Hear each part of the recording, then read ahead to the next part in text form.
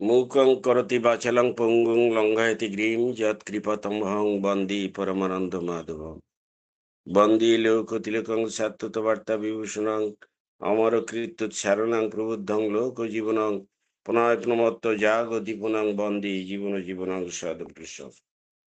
আমার জীবন রথের সারথি পরম প্রেমময় শ্রী ঠাকুর, পরমারাধ্যা জগজ্জননী শ্রী শ্রী বর্মা, পরম পূজ্যপাদ শ্রী শ্রী বর্দা, পরম পূজ্যপাদ শ্রী শ্রী আশাসদেব সহ ঠাকুর পরিবারের প্রতি প্রত্যেকের আতুল শিশুনে আমার প্রণাম নিবেদন করছি। আজকের আমরা সৎসঙ্গ পরিবার কর্তৃক আয়োজিত এই ভার্চুয়াল সৎসঙ্গের ঋত্বিক দেবতা মণ্ডলী, যাজক বৃন্দ, অধৈর্য বৃন্দ, উদ্গাতা, ষষ্ঠ নিব্রতধারী ভক্তিমতী মায়েরা, ভক্তপ্রাণ শ্রদ্ধ দাদারা, শ্রেণী বিশেষে আমার শ্রদ্ধা ভক্তি এবং প্রণাম নিবেদন করছি। খুব ভালো লাগছে। আহ, আমি তো সেই প্রথম থেকে যুক্ত হয়েছিলাম প্রার্থনার পরে। তো আহ সাতক্ষীরা জেলার সৎসঙ্গ সেটা সেরেই আলাপনীতে কিছু কথা বলেই এখানে যুক্ত হলাম। তো আমি বলতে ভালো পারি না, শুনতে ভালোবাসি। কেউ যদি আমাকে বলে যে দাদা একটু থাকবেন, আমি চেষ্টা করি সেখানে থাকার জন্য। কিন্তু আজকের আমাকে স্বয়ং বলতে হচ্ছে, এটা আমার একটা পরম সৌভাগ্যের ব্যাপার। কিন্তু সেধেছে আমার শরীরটা। হঠাৎ করে গতকাল সাতক্ষীরা জেলা মন্দিরে কাজ চলছে। মনে করলাম কাজটা সমাপ্ত করতে গেলে আমাদের পূজারী দাদা আর আমি যদি কাজ করি তাহলে কাজটা সমাপ্ত হয়ে যায়। যেই কথা, যেই ভাবা, সেই চিন্তা, সেই কাজ। হঠাৎ করে ইট বইতে শুরু করলাম, বালি বইতে শুরু করলাম।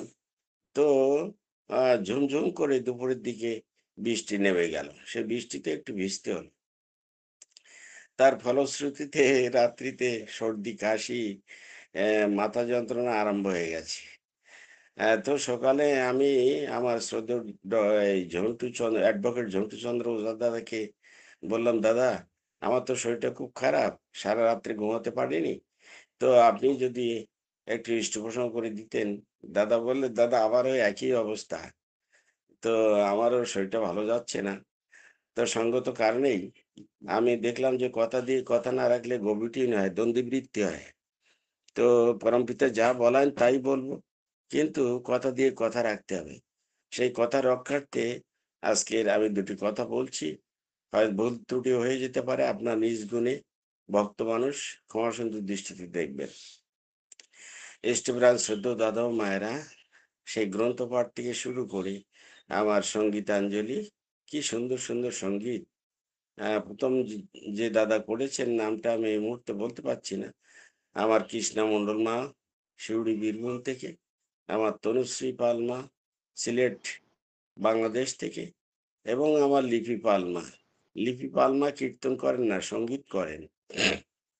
কিন্তু গতকাল যাকে ফোন করছি সেই ধরছে না। তো সঙ্গত কারণেই মনে হলো যে সঙ্গীত করতে পারবে, সে কেন কীর্তন করতে পারবে না। আমি লিপি পালমাকে বললাম, মা আপনাকে কীর্তন করতে হবে। মা এক বাক্যে স্বীকার হয়ে গেলেন।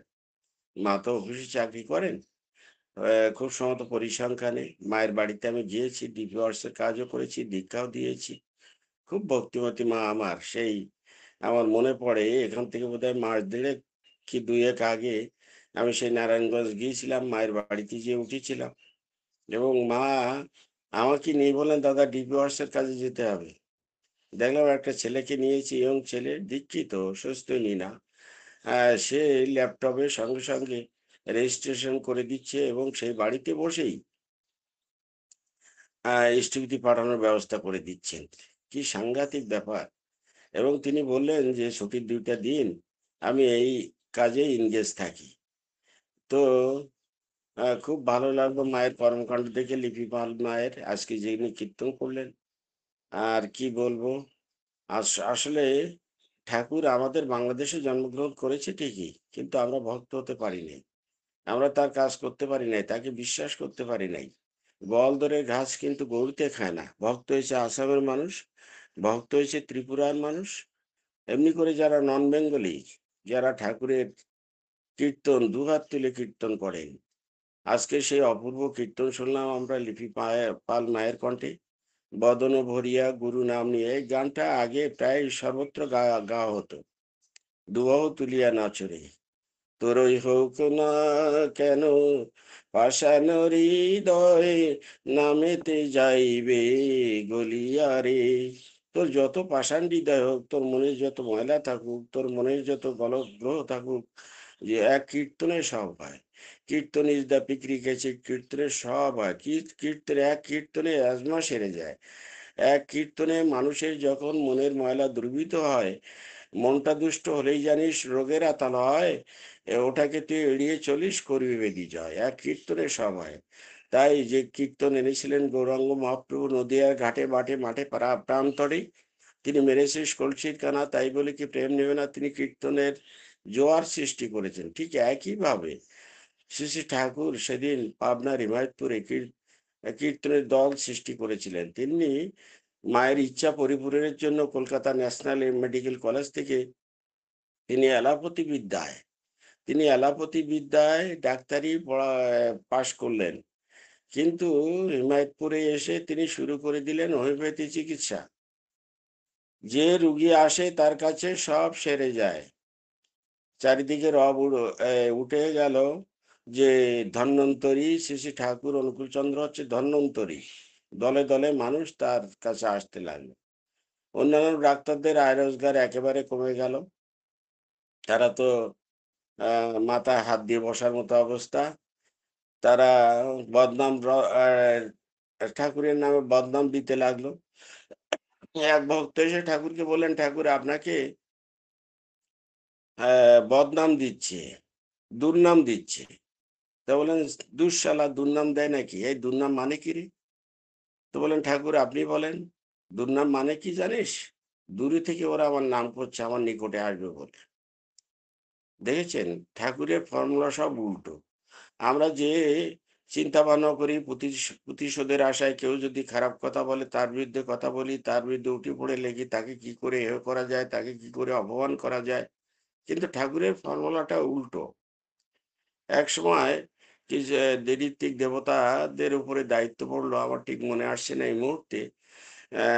সেই খুব সম্ভবত মেদিনীপুরে দীক্ষার কাজে যাওয়ার, মেদিনীপুর কি কোন জায়গায় যা হোক।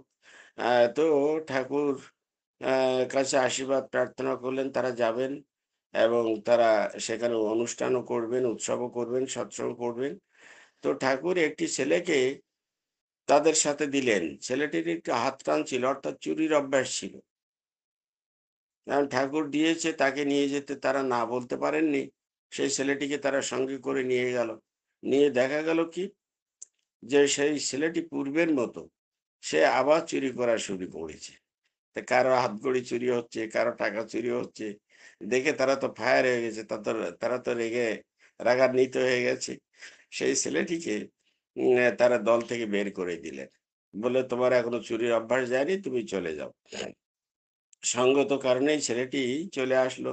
তারা দীক্ষা দিল, উৎসব করলো, বাহবা পেল, করতালি পেল। যারা তখন সেই ঋত্বিক দেবতা মণ্ডলী বা যারা দলে ছিলেন তারা এসে ঠাকুরকে প্রণাম করে সেই যেখানে যেখানে গিয়েছে সেই বর্ণনা দিচ্ছেন। ঠাকুর বিষণ্ণ বদনে বসে আছেন, কোনো কথার উত্তর দিচ্ছেন না।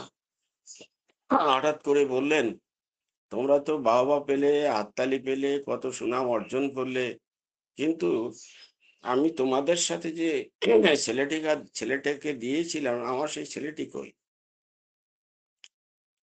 সবাই নিরুত্তর।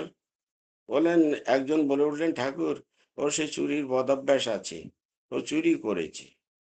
বলছে, তাতে কি হয়েছে? তোমরা একটা ছেলেকে সংশোধন করতে পারলে না, তা তোমরা দুনিয়ার মানুষকে কি করে সংশোধন করবে? এই হচ্ছে ঠাকুরের বিধান। আজকে দেওঘরে এক চোর চুরি করেছে, ধরা খেয়েছে, ধরা পড়েছে। দেওঘরের কর্মীরা বা দেওঘরে যারা থাকেন তারা তাকে মারপিট আরম্ভ করেছে। মারপিট করতে করতে বললেন, এ শাস্তি ঠাকুর দেবেন। তারা তাকে টানা হেঁচড়া করে এনে ঠাকুরের সম্মুখে উপস্থিত করলেন। ঠাকুর কি করলেন? ঠাকুর তার ঘাড়ের গামছাটা দিয়ে সেই চোরটার ঘাড় ঝেড়ে দিতে লাগলেন। বললে বলতে লাগলেন, ওরে তোরা একে মেরেছিস। আহা! সেই গামছা দিয়ে ঠাকুর চোরের ধুলোবালি ঝেড়ে দিতে লাগলেন।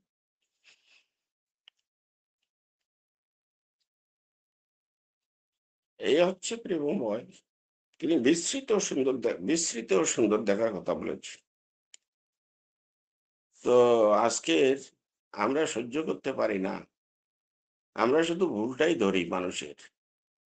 ঠাকুর বললেন, ভুল ভ্রান্তি মানুষেরই হয়, বুঝি যদি চলিস সোজা, শান্তি পাবি, দীপ্তি পাবি, হালকা হবে বুকের বোঝা।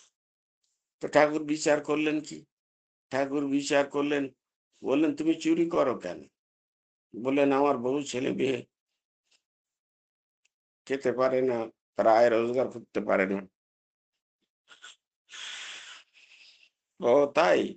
এই ওরে এক মণ চাল দিয়ে দে। তখন চোর তো কান্নাকাটি শুরু করে দিয়েছেন। বলছে, ঠাকুর আমাকে শাস্তি দিন। আমাকে এভাবে এভাবে বলবেন না। তো ঠাকুর বললেন, ওরে ২ মণ চাল দিয়ে দে। তখন চোর তো কাঁদতে লাগলেন। পরবর্তীতে সেই চোর কিন্তু ঠাকুর আশ্রমে থেকে গেলেন ঠাকুরের নির্দেশে, এবং সেই ভাড়া ঘরের চাবি পর্যন্ত তার কাছে হস্তান্তর করেছিলেন। এই হচ্ছে ঠাকুরের বিধান। আমরা অন্যকে বড় করতে পারি না, অন্যকে ভালোবাসতে পারি না। ঠাকুর বললেন, ইষ্ট নেশায় অটুট হয়ে মানুষের পূজা করে চল, বাড়বে শক্তি, বাড়বে ভক্তি, তাতেই পাবি অটুট বল। মানুষের পূজা করার কথা বলেছে, মানুষকে ভালোবাসার কথা বলেছে, পড়শিদেরকে ভালোবাসার কথা বলেছে।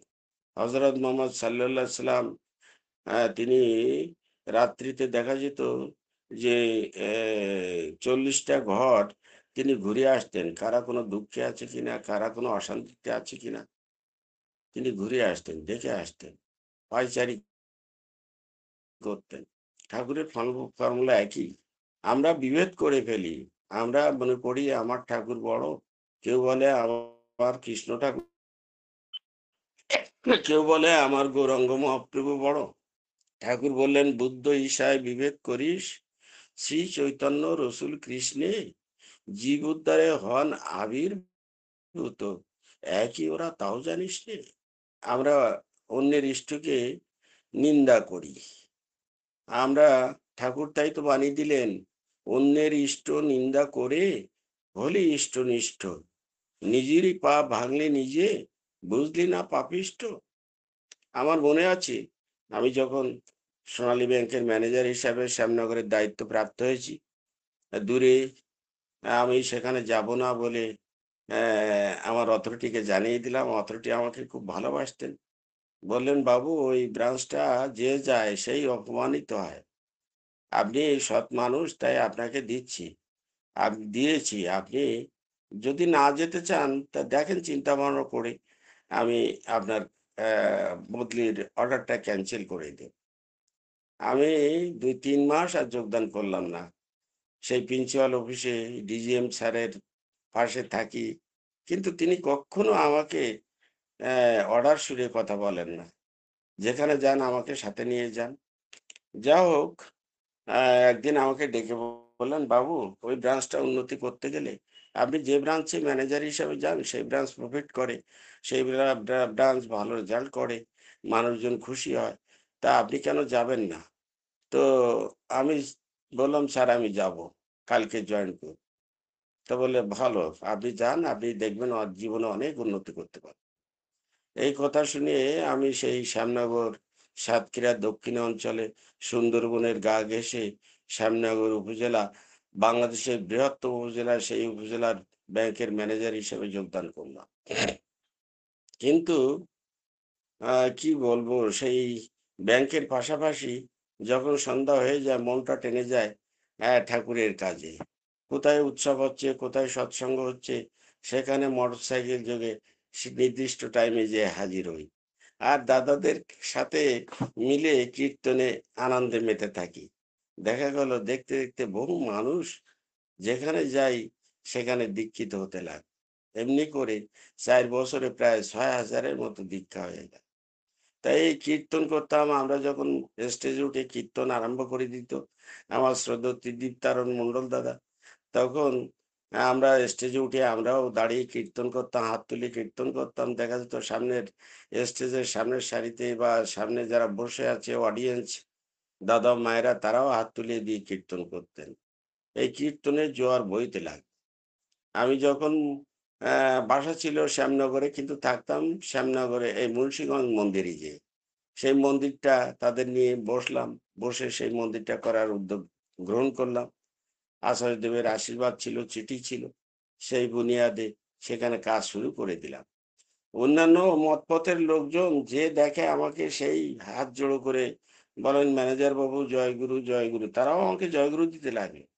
আমি তো আনন্দে আত্মহারা।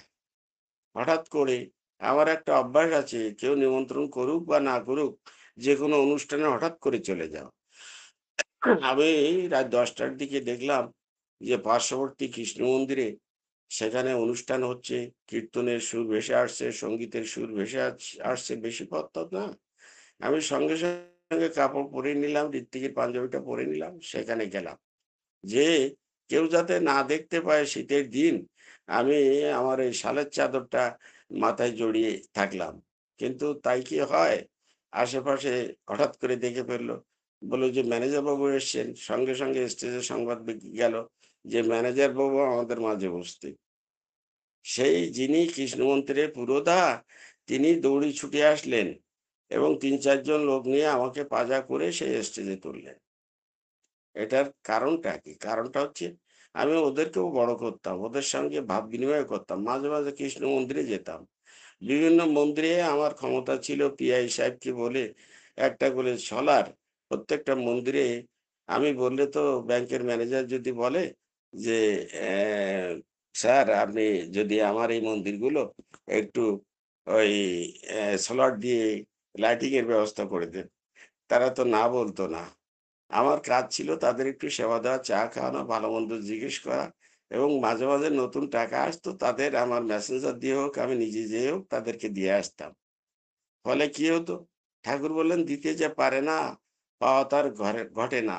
সব দিতে তুই করলি গুরু, পেতে পরিত্রাণ। দেবার বেলায় নবঘণ্টা, নিতেই লেলিহান।" তো যার কারণে এই প্রত্যেকটা মন্দির বা ওই অঞ্চলের মানুষ খুব খুশি ছিল। তো হিন্দু মুসলমান সেই মুন্সিগঞ্জ মন্দিরে তারা দান করেছে। তারা ৪৫ লক্ষ টাকার মতো কাজ হয়ে গেছে। গেট হয়েছে, পুকুর হয়েছে, পুকুরে ঘাট বাঁধানো হয়েছে, ১৬ ফিট রাস্তা হয়েছে, কিচেন হয়েছে। দেখতে, দেখতে হয়ে গেল। হিন্দু মুসলমান সবাই দিতে লাগলো। যারা ৩ বার হজ করা মানুষ তিনিও আমাদের ব্যাংকের ম্যানেজার এসছে আমার এখানে, কি সৌভাগ্য আমার। তিনিও দেখলাম যে সেই তার ম্যানেজারকে বলে দিলেন, "এই ম্যানেজার বাবু এসছে, তাকে ৩০,০০০ টাকা দিয়ে দাও।" আমি বললাম, "ও তো আপনার ম্যানেজার দিল হিন্দু বলে। আপনি কি করলেন?" তো তাই তিনি ৩,০০০ ইট দিলেন, ১ ট্রাক বালি দিলেন, ১ ট্রাক খোয়া দিলেন। এ তার কাছে গিয়েছি, তিনি কিন্তু অর্ঘ্য দিয়েছেন। আমরা ভালোবাসতে পারি না। ভালোবাসায় জয় করা যায় সবারই অন্তর। প্রত্যেকটা হৃদয়, প্রত্যেক মাসের ভিতরে প্রত্যেকটা হৃদয়ে তিনি বিরাজ করেন। প্রতি ঘট মে হরিয়ায় গিরিসুত মে জ্যোতি, চকমকি পাথর বিনা কইছে প্রকৃতি। প্রতি ঘটে ঘটে তিনি আত্মার বিদ্যমান। তাই মানুষকে ভালোবাসার মধ্য দিয়ে ঠাকুরকে ভালোবাসা হয়। আমি ঠাকুরের জপ ধ্যান করলাম, অনেক কিছু করলাম, কিন্তু আমার স্বভাবের পরিবর্তন হলো না। নামরতি মাঝে, মাঝে ভেঙে যাচ্ছে। তাই তো ঠাকুর বানিয়ে দিলেন নামরতি ভাঙলো যেই বাড়লো মনের ডাংবাজি। বৃত্তিরোচক যা পেল অমনি তাতে হলো রাজি। আমাদের বৃত্তিরোচক দেহের ভিতরে কমপ্লেক্স আছে। আমাদের দেহের ভিতরে ষড়রিপু আছে। কাম, ক্রোধ, লোভ, মোহ, মদ, মাৎসর্য ষড়রিপু আছে। এদের তাড়নায় তাড়িত হয়ে আমি চলি। ভুল করে ফেলি। এক লহমার বেফাসকতা, চিন্তা কর্ম আলোচনা। ছুটেই চলে পিছু পিছু দূরাদৃষ্টির কি লাঞ্ছনা। এক লহমার যদি আমি ভুল করে বসি, তার জন্য আমি কেন, আমার পরিবার, আমার যারা সারাউন্ডিং আছে তাদেরও মুখে চুনকালি পড়ে। তাই সাধু সাবধান। আমরা ঠাকুরের বিধিবিধানগুলো, ঠাকুরের কথাগুলো যাতে অক্ষরে অক্ষরে পালন করতে পারি। এবং তিনি যেভাবে বলেছেন, আমরা কেউ খারাপ কথা বলল, আমরা চটে গেলাম। চটলে হবে না, তার কথাগুলো শুনতে হবে মন দিয়ে, তাকে ভালোবাসতে হবে। তার কাছে একবার না পারিলে দেখো শতবার তার কাছে যেতে হবে। দেখবেন সেই পাথরে সেই পাথরের উপরে যদি কলস দিয়ে জল নিতে নিতে যদি পাথর ক্ষয় হয়ে যায়, তাহলে সামান্য মানুষ কেন তারা ইষ্টমুখে ধাবিত হবে না? এই প্রচেষ্টা আমাদের প্রত্যেকের অব্যাহত থাকুক, এই প্রার্থনা করি। আর ঠাকুর বললেন, স্থান কাল পাত্র পরিবেশ চলো বলো করো বুঝিয়া ইষ্ট নির্দেশ। স্থান কাল পাত্র পরিবেশ অনুযায়ী আমাদেরকে চলতে হবে। কিভাবে কথা বলতে হবে তিনি তাও বলেছেন। কথা কইবি গুড়ের মতো লেপ্টে রবে গায়, মিষ্টি কথা শক্ত হলে উল্টো পানে ধায়। মিষ্টি কথা শক্ত হয়ে গেলে সেটা কিন্তু রেজাল্ট খারাপ হবে। তা কথা বলতে হবে, তাও আমাদের চিন্তা ভাবনা করে বলতে হবে, তিনি যাতে অখুশি না হন সেইভাবে আমাদেরকে চলতে হবে। ঠাকুর এক সময় তিনি ভক্তদের নিয়ে বসে আছেন, ভক্তরা তার কথা শুনছেন, ঠাকুরের কথা শুনছেন। শুনতে শুনতে ঠাকুর বললেন, এই চলো তো মাঠের থেকে মাঠের থেকে ঘুরে আসি। তিনি সেই দেওঘরে সেই মাঠের মধ্যে চলে গেলেন হনন করে, কারো কথা শুনলেন না। নিরুপায় ভক্তরা সেই মাঠের দিকে ধাওয়া করলেন ঠাকুরের পেছন পেছন। ঠাকুর বেশ কিছু দূর হেঁটে এসে তো এসে বলছেন, এই কারোর পায়ে খারাপ জিনিস লেগেছে নাকি? বললে, না তো ঠাকুর। তো তোরা কিভাবে চলছিলি? বললে, ওই ফাঁকে ফাঁকে পা দিয়ে চলছিলাম। বুঝলি বুঝলি তো, এই সংসারে থাকতে গেলে ফাঁকে ফাঁকে পা দিয়ে চলতে হয়। তাই আমাদেরও ফাঁকে ফাঁকে পা দিয়ে চলতে হয়। আমরা অপরকে বড় করতে পারি না। আমরা হিন্দু সনাতনী বলি, কিন্তু আমরা মুসলমানদের মধ্যে যে যদি ঠাকুরের কথা বলা হয়, তাহলে তারা তো মন্ত্রমুগ্ধের মতো শোনে এবং তারা খুব তারিফ করে। তো আমাদের এমনি করে চলতে হয়। আমরা অনেক কিছু শুনি বাংলাদেশে, ওই হচ্ছে, অমুক হচ্ছে, তমুক হচ্ছে।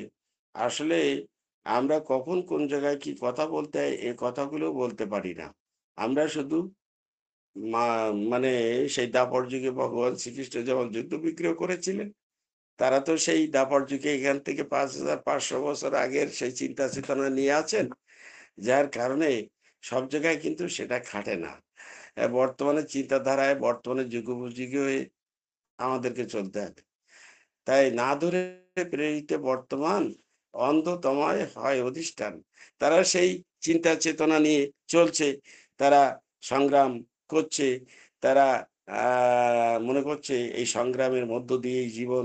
শ্রীকৃষ্ণ যেমন যুদ্ধ বিগ্রহ করেছিলেন, সেই কুরু পাণ্ডব যুদ্ধ হয়েছিল, পাণ্ডবের পক্ষ নিয়েছিল, এমনি করে তারাও সেইভাবে দল করে যাচ্ছে। যার কারণেই ঠাকুর বললেন যে এই আজকের আমাদের সামনে খুব দুর্দিন। গাছে ভাত নিয়ে কাড়াকাড়ি কি দেখছো? গাছের পাতা নিয়ে কাড়াকাড়ি বাদ দে। মাইলে ২-১ টা আলো জ্বলবে কিনা সন্দেহ। এমন দিন আসছে। আর আমাদের ভিতরে যদি ঠাকুরত্ব ভাব না জাগে, তা আমরা লিডার হয়ে গেলাম। তাই তো দেওঘরের নির্দেশ, আচার্যদেবের নির্দেশ, কোনো পলিটিক্যাল সাইডে অন্তত কর্মীদের, কর্মী কেন, আমাদের সৎসঙ্গীদের জড়িয়ে পড়া না ভালো। রাজশক্তি হাতে পেয়ে সতের পীড়ক যারাই হয়, নিজে মরে দেশকে মারে, রাষ্ট্রে আনে তারাই ক্ষয়। আমরা পর্যালোচনা করে দেখেছি বাংলাদেশে যখন একটা দুর্ঘটনা ঘটে গেল, তখন আমরা যারা সাধারণ মানুষ আছি, আমাদের সৎসঙ্গের মন্দির, বিহার, উপাসনালয় যেগুলো আছে, আমরা খোঁজ খবর নিয়ে দেখেছি একটি মন্দির, একটি উপাসনালয় কোনো জায়গায় কিন্তু আঘাত হানে নাই। কিন্তু আঘাত এনেছে কাদের উপরে? যারা সৎসঙ্গী হয়ে, যারা ঠাকুরের বিধিবিধান না মেনে, যারা এমনও কি ২-১ জন কর্মীও আছেন, তারা সক্রিয় দল করেছে, তারাও অন্যায় করেছে। তাই তাদের উপরে অত্যাচারটা চলে এসছে। আমি নিষেধ করতাম একজন যাজক কর্মীকে, যে আপনি যাজক পাঞ্জাদারি হয়ে পলিটিক্যাল সাইডে জড়াচ্ছেন কেন? তিনি বললেন, এটা আমার ভালো লাগে। তো ভালো লাগে। নিজের ইচ্ছা মতো চললে তো হবে না। যা ইচ্ছা তাই করবে তুমি, তাতে কিন্তু চলবে না। ভালো ছেড়ে মন্দ করলে পরিস্থিতি ছাড়বে না। আমার বলতে দ্বিধা নাই। সেই যাজক কর্মীর বাড়ি কিন্তু পুড়িয়ে দিয়েছে। সেই যাজক কর্মীর মোটরসাইকেলটা কিন্তু পুড়িয়ে দিয়েছে। তার ভগ্নিপতির বাড়িটা কিন্তু পুড়িয়ে দিয়েছে। কিন্তু আমরা ঠাকুরের নাম করলাম, ঠাকুরের চিন্তা চেতনা তার বাণীগুলো রিসার্চ করলাম না, পড়লাম না। আমরা অনুসৃতি গ্রন্থে হাত দিলাম না, আমরা পুণ্যপুঁথিতে হাত দিলাম না, আমরা কোনো গ্রন্থরাজি পড়লাম না, আমরা পত্রিকা পড়লাম না, আমরা সেইভাবে হয়ে উঠতে পারলাম না। তাহলে তো আমরা যদিচ্ছা চলনে চলবো। ইষ্টপ্রাণ শ্রদ্ধেয় দাদা ও মায়েরা, আমার কথার মধ্য দিয়ে অন্য লাইনে চলে গেলাম।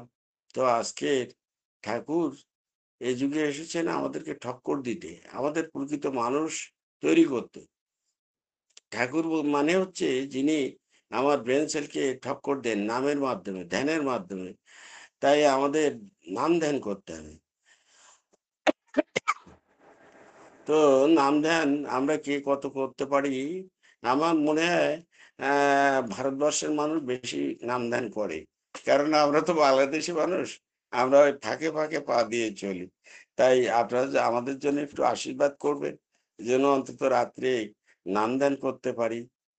তিনি কি কাজগুলো করে গেছেন, তার কি ইচ্ছা ছিল, তিনি মানুষকে প্রকৃত মানুষ করার যে চিন্তা ভাবনা এটা করেছিলেন। আমরা সেই হিমায়তপুরের থেকে দেখেছি। হিমায়তপুরের কথা বলতে গেলে আমরা হয়তো ৩০শে ভাদ্র হিমায়তপুরে যাব। আমরা ইতিমধ্যে ঘোষণা দিয়েছি যে হিমায়তপুরে শ্রী শ্রী ঠাকুর যে শিউলিতলায় জন্মগ্রহণ করেছিলেন, ঠাকুর বলেছিলেন তো সেই শিউলিতলা নিয়ে অনেক গান রচিত হয়েছে। পদ্মা নদী নিয়ে অনেক গান রচিত হয়েছে। তাই সেই শিউলিতলায় একটা মনোরম মন্দির করবি, যা বিশ্বের কাছে উঁচু হয়ে দাঁড়াবে। সেই প্রচেষ্টা আমাদের অব্যাহত আছে। আমরা জানি না, আমরা তো সেই ভক্ত না, হনুমানের মতো ভক্ত না, যে সেই বিশাল্লা করণী এনে লক্ষ্মণকে বাঁচিয়ে তোলা। সেই সীতা উদ্ধার করতে যেয়ে লঙ্কাসাগর বন্ধন করা। কাঠবিড়ালি নাকি তার সেই গায়ের ধুলি দিয়ে সেই সাগরে বাঁধতে সহায়তা করেছিল। সেই লঙ্কা কাণ্ড ঘটিয়ে দেওয়া, সেই জয়রাম জয়রাম বলে এক লাফে লঙ্কা সাগর পাড়ি দেওয়া। আমরা তো সেই রকম ভক্ত হয়ে উঠিনি। তা আমরা ভক্ত হতে না পারি, কিন্তু আমরা ভক্ত সুলভ আচরণ তো করতে পারি। আমরা তার কাজ করতে পারি, তার মন্দিরের কাজ। আজকে দেখেছেন তো পূজনীয় অবিন দাদা, যিনি নাকি সারা বিশ্বকে অর্ধেকটা, সারা পৃথিবীর অর্ধেকটা নাড়িয়ে দিবেন, তিনি আজকে ইয়ং জেনারেশন সৃষ্টি করতে চাইছেন। যে কথা শ্রী শ্রী ঠাকুর তার পূর্ণ পতিতে বলে গিয়েছেন, এই তোরা কতগুলো বালক নারায়ণ সৃষ্টি করতে পারিস, যারা গীতার কথাগুলো মুখস্থ করে মানুষের দ্বারে দ্বারে গেয়ে বেড়াতে পারে। আমরা সেই গীতা গ্রন্থে হাতই দেই না। তিনি বললেন, আমরা শুনেছি কুমারনাথের গীতাটা যে পড়ার কথা বলেছেন, সেটা পদ্য ছন্দে, সেটা আমার বাড়িতে আছে। তো আমরা গীতাও পড়তে পারি, আমরা বেদও পড়তে পারি, আমরা ভাগবতও পড়তে পারি। সেই ভাগবত একদিন, আমার মনে হচ্ছে আমার সময় সংক্ষিপ্ত হয়ে এসছে, তথাপিও আর দুই একটা ঘটনা উল্লেখ করে আমি শেষ করব ২-৫ মিনিটের মধ্যে। সেটা হচ্ছে এই, আমি যখন পিরোজপুর ডিস্ট্রিক্টে চাকরি করি, সেখান থেকে চলে গেলাম দেওঘরে যাব, বেনাপোল বর্ডার দিয়ে গেলাম। যেয়ে সেই প্রতিমধ্যে আমার সাথে যে মাস্টারমশাই আছে, তিনি বমি করতে আরম্ভ করে দিলেন। তিনি এখন ঋত্বিক দেবতা, তিনি তখন কর্মী হননি। আমি যখন যাই, তখন ২-৫ জন মানুষকে সাথে করে নিয়ে দেওঘরে যাই, তারাও একটু চার্জ হোক, তারা একটু ঠাকুরের পথে আসুক। এটাই আমার মনের ইচ্ছা। আমি নিবাসদাকে সাথে করে নিয়েছি। সেই গোবরডাঙ্গায় যেয়ে আর থাকতে পারলাম না। দাদা এত বমি করছে, তখন তা হেল্পাররা বলছেন যে, "আপনারা নেমে যান।" তো গোবরডাঙ্গায় বাধ্য হয়ে নামতে হলো। নেমে ওই রাত্রিতে রাত ৮টা-৯টা বাজে, ৯টা বোধহয় বাজে। কোথায় যাই? তখন শুনলাম যে গোবরডাঙ্গায় এখানে মন্দির আছে। তো ওখানে দোকানে জিজ্ঞেস করলাম। বললেন, "আজকের মন্দিরে কারো পাবেন না। সব দেওঘরে চলে গেছেন। তালা চাবি বন্ধ।" তো আমরা বুদ্ধি করে বললাম, "এখানে কোনো কর্মী ঋত্বিক হোক, যাজক হোক, অধৈর্য হোক, তাদের বাড়ি আছে?" তো বললেন, একজন ঋত্বিক দেবতার বাড়ি আছে, তিনি তো দেওঘরে চলে গেছেন, হয়তো তার পরিবারে কেউ থাকতে পারে। আমি শুনেই, আমরা দুজন শুনেই ওনাকে একটু পরিষ্কার পরিচ্ছন্ন করে নিলাম। তারপর আস্তে আস্তে হেঁটে, বেশি পথ না, সেই ঋত্বিক দেবতার বাড়ি যেয়ে গেটে কড়া নাড়লাম। মায়েরা এসে দরজা খুলে দিলেন, আমার হাতে আছে দণ্ড। তো দেখেই তারা আমাদেরকে সাদরে সম্ভাষণ করে জয়গুরু দিয়ে আমাদের বারান্দায় তুললেন। বারান্দায় বললেন, দাদা আপনারা কর্মী মানুষ, আপনারা ভিতরে আসুন। একেবারে ঘরের মধ্যে নিয়ে তুললেন, অর্ঘ্য দিয়ে প্রণাম করতে আরম্ভ করে দিলেন। যে যা হোক, মায়েরা খুব রাত্রিতে আমাদের সেবা যত্ন করলেন। এমনকি রাত্রিতে বলে রাখলেন, দাদা দেওঘরে যাচ্ছেন, প্রতিমধ্যে খাওয়া দাওয়া হবে না, সকালে অন্তত কিছু খেয়ে যেতে হবে। মায়ের তাদের এত আহ্বানে আমরা সাড়া দিলাম। কিন্তু সেই ঋত্বিক দেবতা এখন হয়তো নেই। শুনেছি, কিন্তু তার বাড়িতে যাওয়ার আগ্রহ আমার আছে। তো যা হোক, সেই রাত্রিতে আমি বসে লাইটে দেখলাম কিছু বই সাজানো রয়েছে, সেখানে ভাগবতও আছে। তা আমার এই কথাটাই মনে ছিল যে ভাগবতের 1067 পৃষ্ঠায় ঠাকুরের আগমনী বার্তা আছে। আমি কি করলাম, সেই ভাগবতের 1067 পৃষ্ঠা বের করলাম। বের করে দেখলাম তাতে লেখা রয়েছে, ব্রাহ্মণের শিরোমণি বিষ্ণু যশা নাম, সম্বলপুর নামেতে যথা মনোহর গ্রাম, সে তস্য আরোহণে সে তসি ধরি, মিলেচ্ছ শুনো ধরাতল করিবেন শ্রীহরি, এই রূপে ঘোর কলি হইলে ভূতলে, নারায়ণ নরতনু ধরি কৌতূহলে। আমি সঙ্গে সঙ্গে লিখে নিলাম এই কথাটি। তো আজকে তিনি সেই শ্বেতশীধরী, তিনি জ্ঞানের রশিধরী, শ্বেতবস্ত্র পরিহিত ঋত্বিক সজ্জিত, তোমার বাহন করিয়াছ। জানি জানি গো দয়াল, ভুবন ভরিয়া তুমি আছো। ইষ্টপ্রাণ শ্রদ্ধ দাদা ও মায়েরা, ঠাকুর বললেন, বললে কি রে হয়, বলার মতো করি যদি তবে হবে জয়। আপনার ভক্ত মানুষ, আমি অজান্তে অসুস্থ অবস্থায় কি বললাম আমি নিজেই জানি না। যা বলবো বলে ঠিক করেছিলাম, সেই কথাগুলো কিন্তু আসে নাই। পরমপিতার দয়া দিয়ে একটি কথা বললাম। আপনাদের প্রতি প্রত্যেকের ইষ্টোজ্জ্বল জীবন আপনারা অধিকারী হয়ে উঠুন। আপনাদের সন্তান সন্ততি প্রকৃত মানুষ হোক। তাদেরকে সকাল সন্ধ্যা প্রার্থনা, নাম দেন, প্রণাম শিখান এবং এমনি করে একটি সুন্দর পরিবেশ, সুন্দর পরিবার সৃষ্টি করুন। আমাদের দেখা দেখি বলেন, তুমি যদি সৎ হও, তোমার দেখা দেখি হাজারো হাজারো মানুষ সৎ হয়ে পড়বে। জয় গুরু সবাইকে। বন্দে পুরুষোত্তম, বন্দে।